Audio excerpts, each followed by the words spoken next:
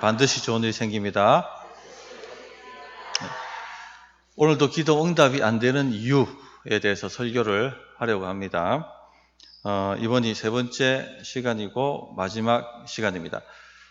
우리는 열심히 기도해야 됩니다. 기대를 가지고 기대가 믿음이라는 말씀을 드렸습니다. 응답이 온다 하는 믿음을 가지고 기대를 가지고 기도해야 합니다. 그러나 때때로 우리 기도는 응답이 오지 않습니다. 뭔가 막힌 것처럼 답답해집니다. 그럴 때는 돌아봐야 됩니다. 무엇이 내 기도를 막고 있는가? 살펴서 기도 응답을 막고 있는 것들을 제거해야지 하나님의 응답이 온다 하는 것입니다. 그래서 오늘 세 가지 또 응답이 막히는 이유에 대해서 말씀을 전하려고 합니다. 첫 번째, 응답이 막히는 이유, 용서하지 않는 마음 때문입니다. 오늘 우리가 읽었던 본문이죠. 서서 기도할 때에 아무에게나 혐의가 있거든 용서하라. 그리하여야 하늘에 계신 너희 아버지께서도 너희 허물을 사하여 주시리라 하시니라. 이렇게 말씀하셨습니다.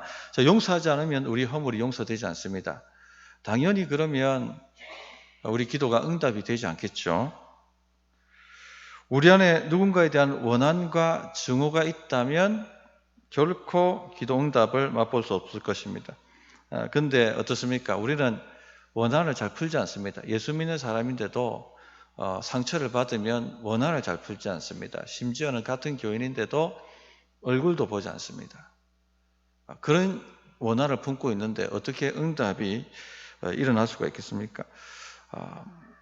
목사님 진짜 용서하지 않으면 응답이 없습니까? 라고 질문하실 수 있겠는데 정말 그렇습니다. 이 용서하지 않는 마음은 굉장히 심각한 죄라는 것을 우리 성도님들이 좀 알아야겠습니다. 근데 이걸 갖다 굉장히 가볍게 생각을 합니다.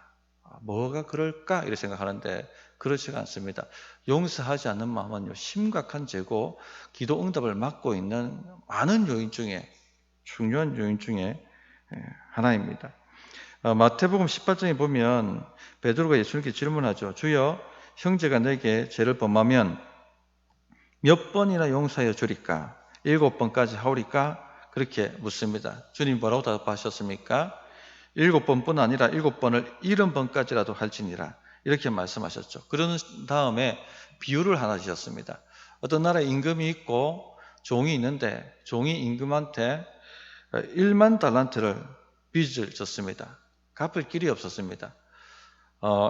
한 달란트를 오늘로 치면은 한 6억 정도라고 합니다.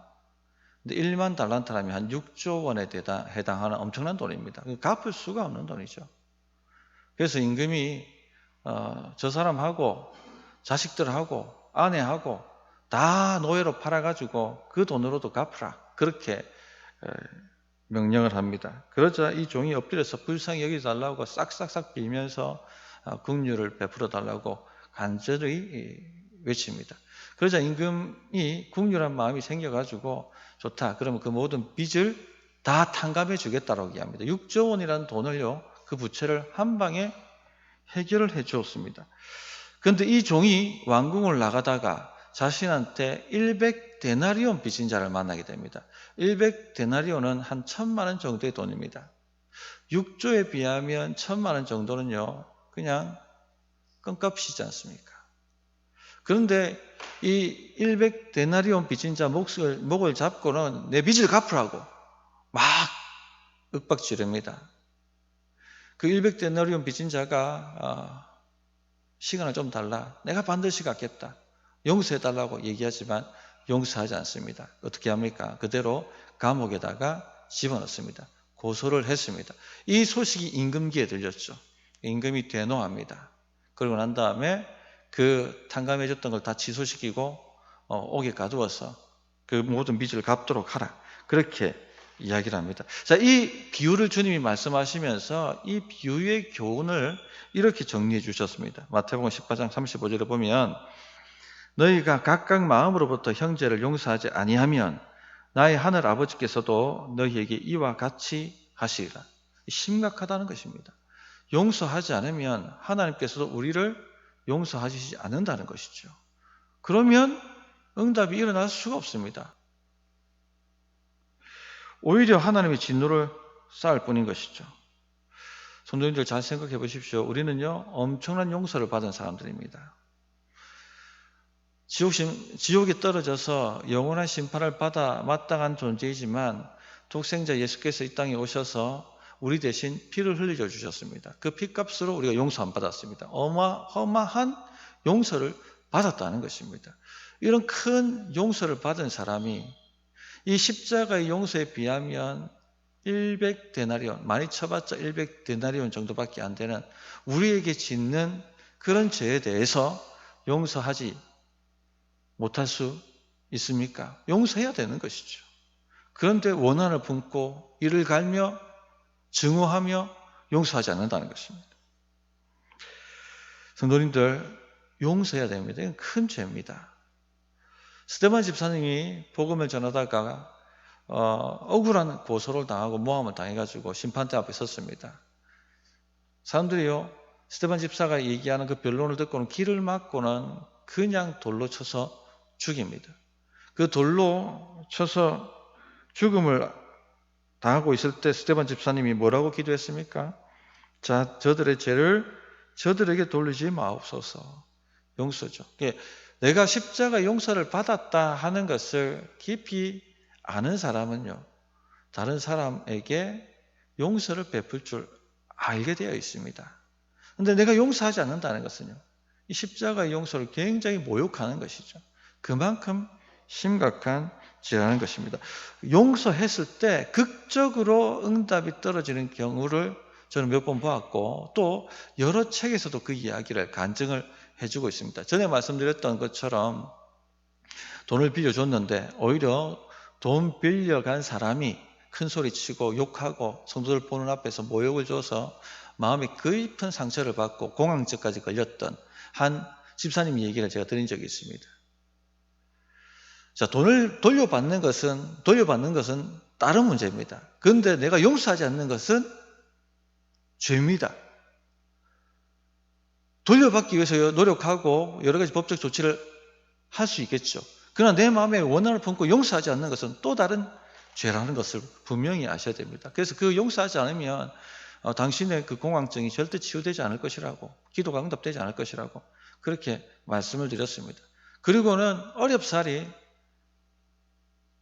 그 상처를 준 사람에 대한 용서한다라고 선포했을 때 터져 나왔어요. 막 눈물이 흐르고 그 십자가의 은혜를 다시 경험하고, 그런데 그 이후 바로 치유가 되었습니다. 그렇게 몇 년 동안 병원에 가서 약 먹어도 치유가 되지 않던 것이 그 한 번의 용서에 울음이 터져 나오고, 그리고 그 즉시 치유가 되는 역사가 나타났습니다. 이게 용서가 받고 있었던 것이죠. 용서하지 않는 마음이.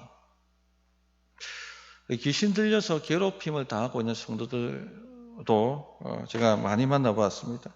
기도하고 주의 권세로 묶임을 당하라고 명령해도 전혀 효과가 없는 경우가 상당히 많이 있었습니다. 그럴 때 묻는 질문이 하나 있습니다. 혹시 용서할 수 없어서 이를 버덕버덕하는 그런 사람들이 혹 있습니까? 물어보면요, 반드시 있어요. 그럼 그분은 용서하셔야 된다. 내가 어떻게 상처를 받았는데 어떻게 용서해야 하면서 막 이를 갑니다. 그럼 성경 말씀을 가지고 용서해야 된다는 것을 가르칩니다. 그리고는 어렵사리 용서합니다라고 선포하기 시작했을 때 예수님의 이름으로 묶임을 당하고 떠나라는 이 명령이 먹혀 들어가요. 기도가 응답되는 것이죠.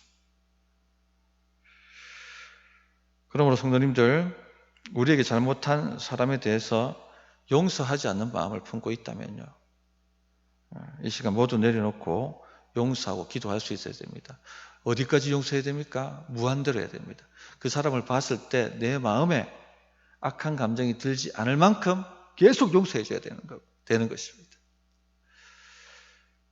아멘이십니까? 그래서 오늘 밤에 저희 말씀 붙들고 기도하자 할 때 오늘은 잠잠히 기도하는 시간을 조금 가질 것입니다. 그때 다 이렇게 미움이 같은 사람들 다 용서해 놓으십시오. 주의 이름으로 용서합니다. 내 힘으로는 못합니다. 주의 이름으로 용서합니다. 하고 다 내려놓는 시간으로 한번 가져보시기 바랍니다. 자, 용서와 관련해 한 구절만 더 말씀을 드리면 마태복음 5장 23절 24절에 이런 말씀이 있습니다.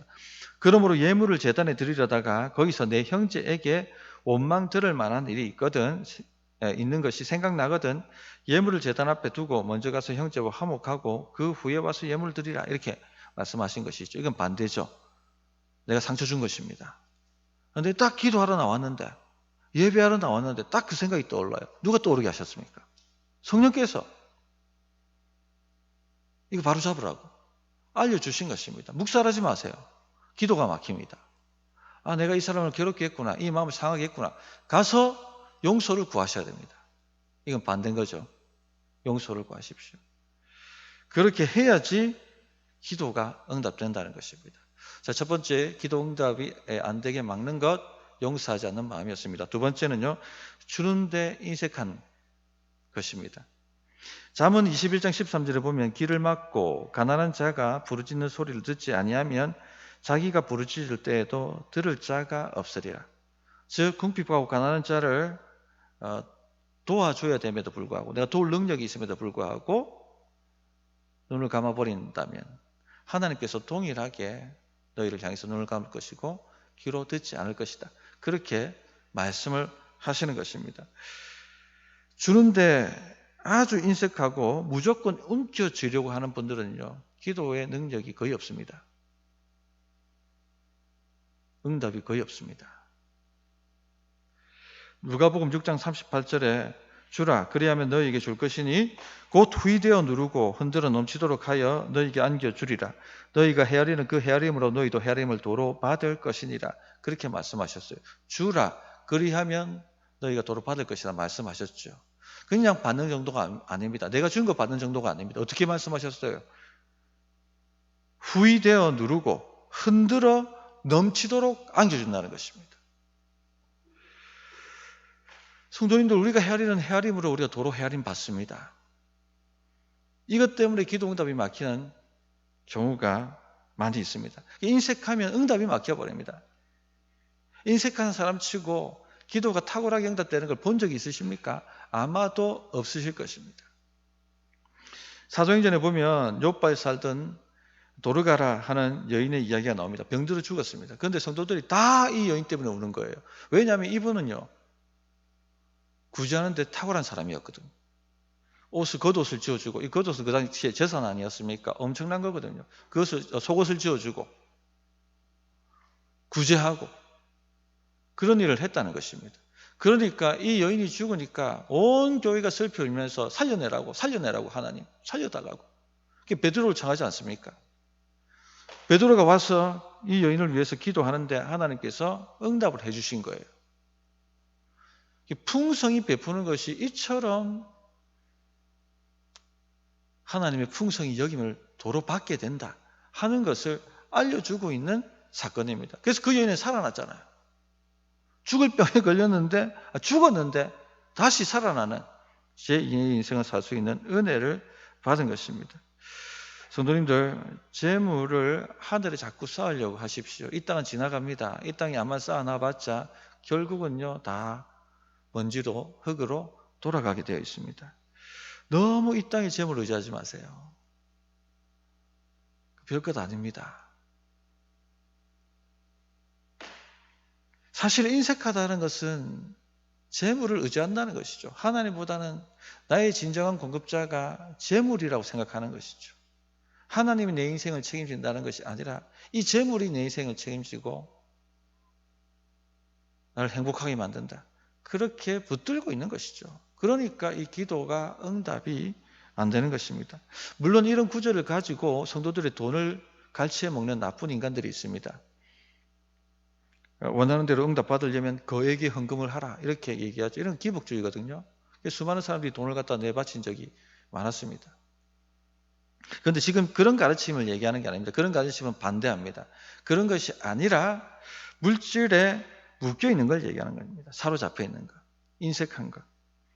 그래서 주의 일에 헌금하는 것이 굉장히 인색하고 주변의 가난한 자들 돕는 일에 인색한 그런 경우를 말하는 것입니다.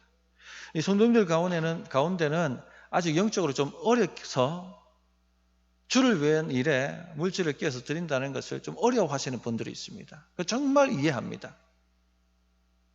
저도 어릴 때는 그걸 했기 때문에. 그러나 언제까지 그렇게 있을 수는 없어요. 그죠? 자라가야 되는 것이죠.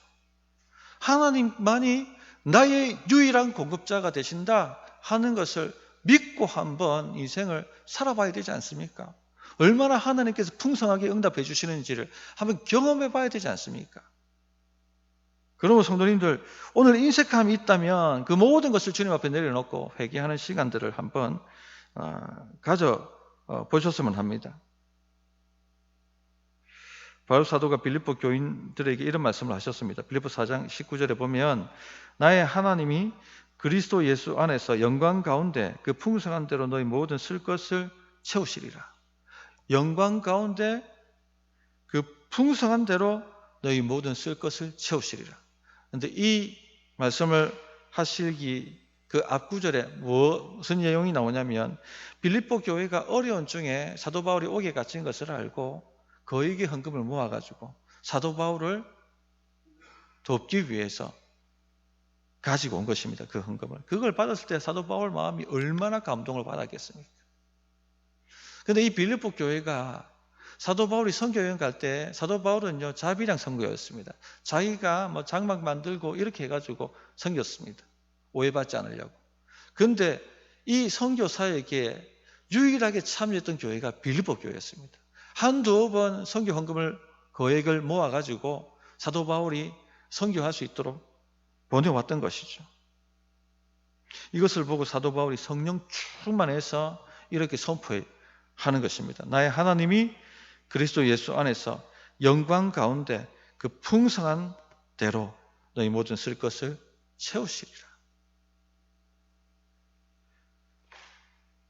혹 우리 성도님 가운데 아무리 기도해도 내 경제 상황이 나아지지 않고 풍족하게 내 삶이 채워지지 않고 있다면 내가 혹 물질에 사로잡힌 자는 아닌지 한번 돌아볼 필요가 있습니다.